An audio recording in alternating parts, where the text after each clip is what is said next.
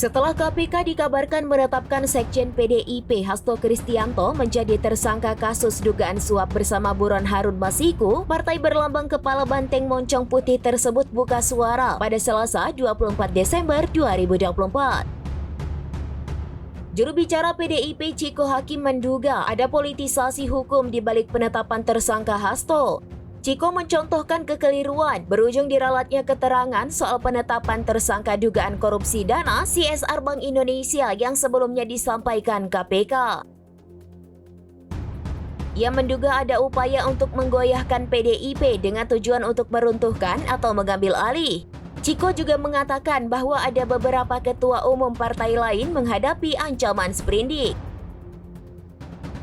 Mereka memilih untuk menyerah dan mengikuti arus kebijakan atau dukungan kekuatan tertentu yang menurutnya itu merupakan bentuk nyata dari politisasi hukum.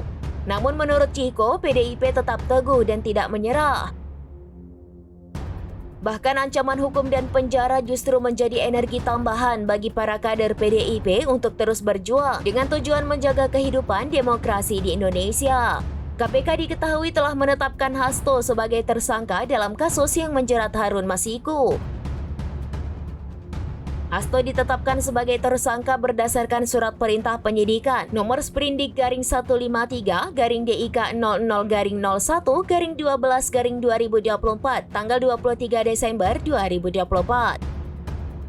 Sebelumnya diketahui penetapan Hasto sebagai tersangka dilakukan setelah ekspos perkara pada 20 Desember 2024 atau setelah pimpinan baru KPK mengucapkan sumpah jabatan di hadapan Presiden Prabowo Subianto.